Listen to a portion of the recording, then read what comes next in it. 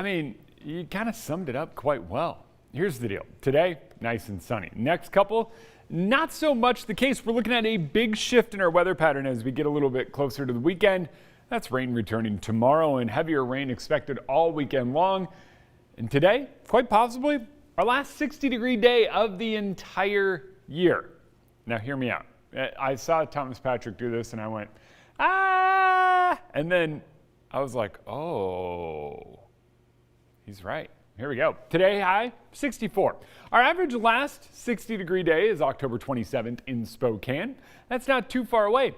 We're going to be below 60 right on through that date. And even long range or extended forecast models say, buckle up. The cooler weather is sticking around even as we kick off November. So that means it's likely today is kind of our last 60-degree day. Starts out dark and mild. 46 in Spokane, 45 in Deer Park, 43 in Sandpoint and Coeur d'Alene, 41 in Moses Lake, and 47 in Othello. When it comes to this afternoon's high temperatures, well, expect partly cloudy skies and temps climbing into the 60s. Low 60s in Coeur d'Alene, upper 60s in St. Mary's. Sandpoint, you're close to it. Not quite, though. 64 in Spokane and upper 60s in both Moses Lake and Ritzville. We got our storm hanging out off the coast. That one's going to stay off the coast for now, but eventually what winds up happening is that we get a combination of things. One of those things is a direct shot of moisture. That's what we call an atmospheric river. You might have heard the term Pineapple Express. Similar.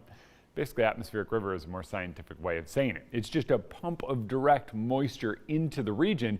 And what that does for us is it gives us not only rain, but as we have a storm that offers some decent energy, we get more widespread and heavier rain. Now, as we get into Friday, we'll see our first round of showers. That's guaranteed. Then it's on and off Saturday. Then we have our next storm taking aim at us, and that thing rapidly intensifies off the coast.